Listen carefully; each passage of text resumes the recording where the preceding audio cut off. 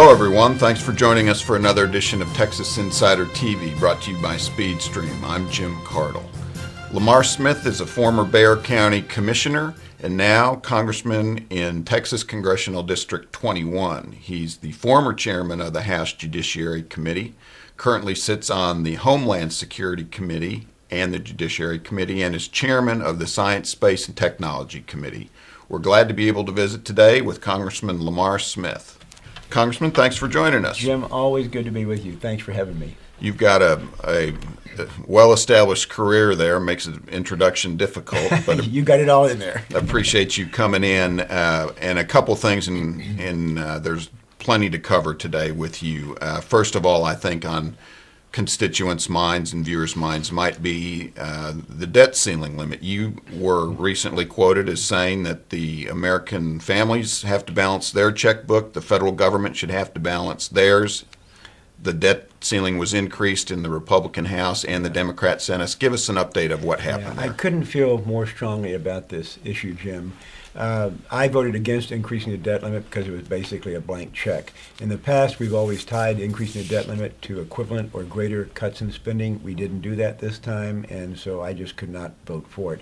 It was supported by and approved by an overwhelming number of Democrats, and I think just a couple of dozen Republicans. So the Democrats have that on their resume right now. The reason I feel so strongly about not just giving a blank check to the government is because their spending is out of control. The federal government now has to borrow 25 cents on every dollar it spends. No family can do it, as you just mentioned.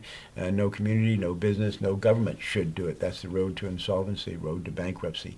And the deficit is the amount that we spend beyond our means. It's how much we spend beyond the revenues that we take in. And the deficit has increased 50% over the last 4 to 5 years. And we just can't go down that path. Someone's got to say enough, draw a line in the sand, and say we're not going to do it anymore. So we're going to look for opportunities to do that. I also believe in a balanced budget amendment to the Constitution, because if we don't have an amendment to the Constitution, Congress is not going to do what it should. So we need to give some oomph to that. It so happens the last time we had a balanced budget in this country, I was on the Budget Committee. In those days, you could serve 6 years, and while I was on the committee, we passed a balanced budget, and we eventually persuaded the president to sign it. The time before that we had a balanced budget in this country was during the Eisenhower administration. Somehow we ought to get our economic house in order more than once a generation and balance the budget. So anything I can do to balance the budget, I'm in favor of, and if it's to vote against increasing the debt, I'm in favor of doing that too. You mentioned the amount of borrowing, 25%. And it was also in the news this week that it's the 5-year anniversary of the quote-unquote stimulus bill encouraged by the Obama administration now 5 years ago. Talk about, is there discussion amongst your fellow congressmen linked to the spending on the stimulus? Has that proven to be a worthwhile expenditure? It's contributed to the debt. What are your thoughts on the anniversary there? I voted against the stimulus plan. That was almost $1 trillion, $900 billion when it was considered. And I was glad I voted against it. Everything that we thought was going to be true was true. It didn't create near the number of jobs that we were told it was going to be creating. Remember, the president said, we're going to create ready-made, shovel-ready jobs, is what he said. Well, when it turned out after a couple of years that each job created was costing hundreds of thousands of dollars, it would have been easier just to have paid people rather than to spend money in an ineffective, inefficient way. And so now we added to the deficit by almost $1 trillion with that stimulus package that I voted against. But that was another reason to vote against the debt limit. It so happens that the vote to raise the debt limit was about the same amount as that stimulus plan. So my feeling is, let the people who voted for the stimulus vote to raise the debt limit. And in fact, that's the way it turned out. Republicans voted against stimulus. Democrats voted in favor, and they're the ones who voted in favor of the debt limit. At some point, the American people are going to get tired of this spending and taxing and spending and taxing and living beyond our means, and maybe that's what the next election is all about. A novel idea there, a little common sense you're talking about would be of note. And if I can change subjects then, because you're talking about the government expenditures, one area that you oversee as chairman of the House Science, Space, and Technology Committee is the Environmental Protection Agency, EPA. Been in the news a little bit lately because of, not because of the Keystone Pipeline, but they've got purview there. You recently introduced a quote-unquote Secret Science Act. Yes. And when you were in last time, talked about how you had had to issue subpoenas. Give us an update on your efforts there and what is the EPA doing? Okay. I was the first chairman of the Science Committee to issue a subpoena in almost 21 years. And the reason I felt so strongly about it, and in fact took that unusual action, was because the EPA refused to cooperate with the committee. We had this administration actually testify before the committee that the data that they base these regulations on, the regulations cost tens of billions of dollars, a couple of regulations cost $100 billion, that the data they use should be made public. They testified, the administration testified, the President's Science Advisor testified that yes, the data should be made public, the American people should see it, it should be peer reviewed, it should be tested by scientists to find out if it's accurate. Even though they testified the American people should be able to get their hands on this data, they never gave it to us. And so for 6 months we traded letters, they stonewalled, and they didn't give it to us, and we basically said, that's enough. We're going to issue the subpoena. Now they're giving us a little bit of the information, but they're still not giving us what we need or what we should have. And so last week I introduced a bill, the Secret Science Reform Act, that basically says the EPA cannot issue any regulation whatsoever unless they've made the data public. We did find out recently that some of the data they were using to justify some of these other regulations, particularly the clean water and clean air, and we need clean water and clean air, but we need it to be rational, and we need it to not be overly burdensome, and we need it to not be arbitrary.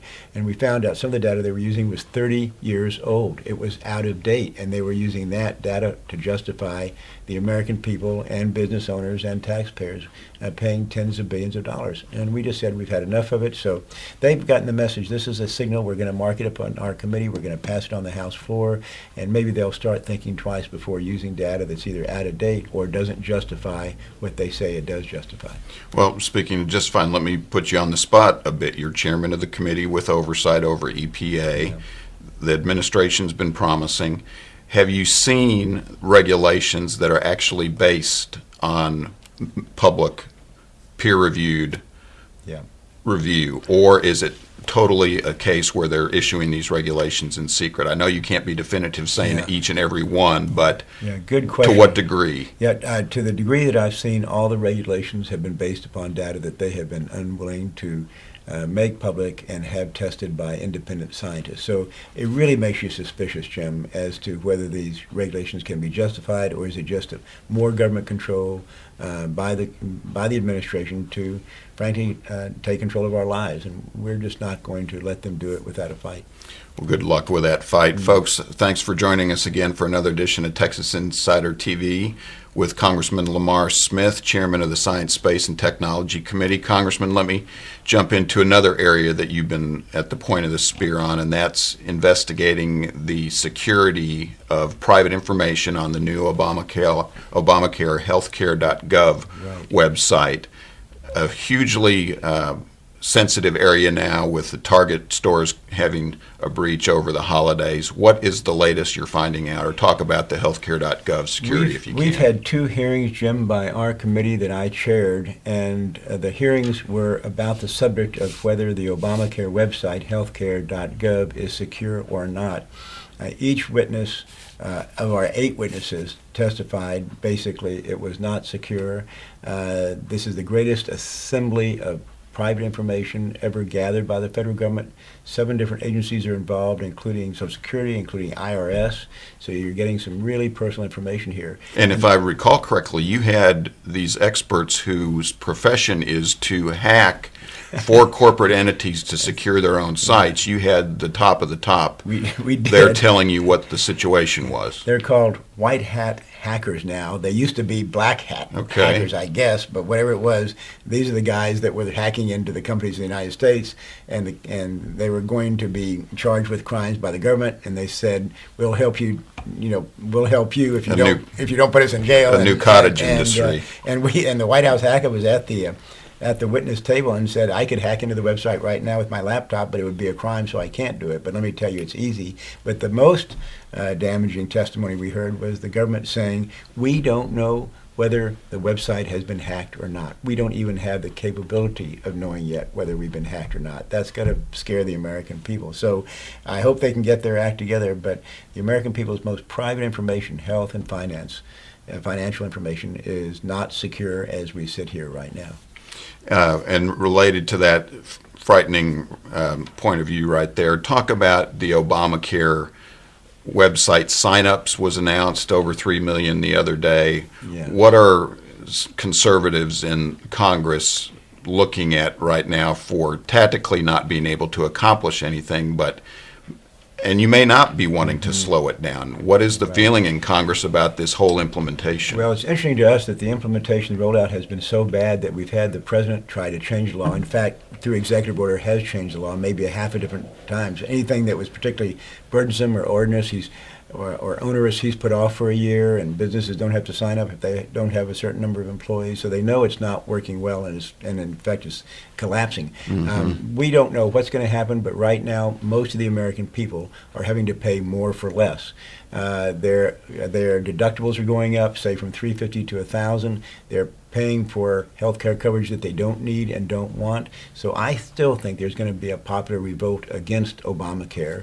And if Republicans take control of the Senate in less than a year, then we'll be in a position to actually pass legislation to repeal it or change it or defund it and make sure that it's going to work for the American people and not, like I say, make them pay more for less. We need to get away from that. You mentioned executive orders there. I want to ask you, I also noticed you mentioned the Senate going Republican will not take the bait and get into the politics for respect of your time, but executive orders, it's something the president mentioned in his recent State of the Union. I think it was a week or so ago, the most newsworthy executive order being to allow refugees with minor ties, whatever that means, you can maybe tell us, to terrorist organizations into the United States. Talk about executive orders and that particular terrorist one, if you will. Our president has been issuing executive orders that are broader, more expansive than any other president. Now, he hasn't issued as many, but the executive orders he has issued has undermined immigration laws, health care laws, marriage laws, drug laws, you name it, to a degree that is totally unprecedented. That is what is so worrisome. It's like he can create laws himself. He doesn't need a Congress, and this is not a dictatorship. This is not a totalitarian government. We still have 3 branches of government required by the Constitution, and that's for the balance of power. And last week, the president decided to try to change a current immigration law. Our current immigration law says you cannot admit refugees, people who are from foreign countries who are in fear of persecution. You don't admit individuals and allow them in the United States if they have ties to terrorist organizations. Okay. Everyone understands why.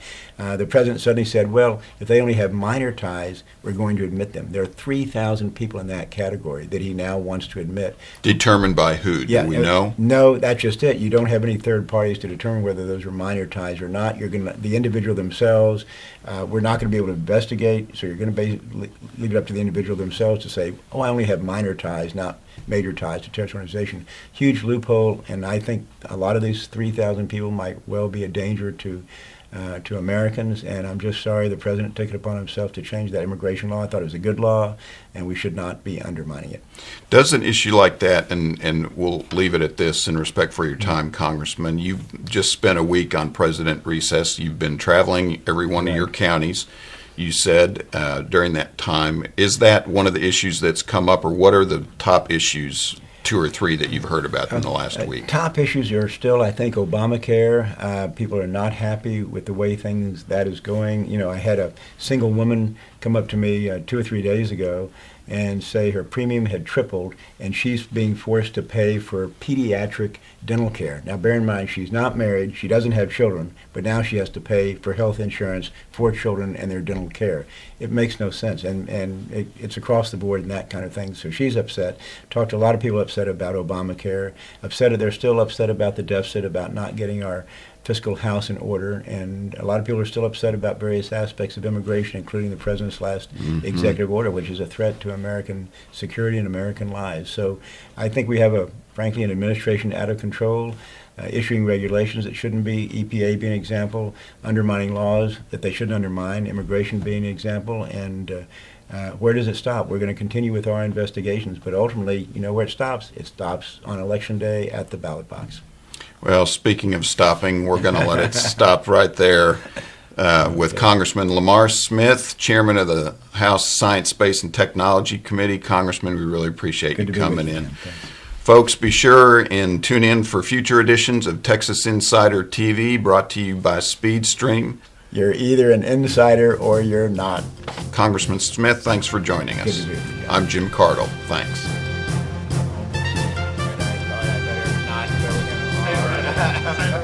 He was cueing me in. Oh, no.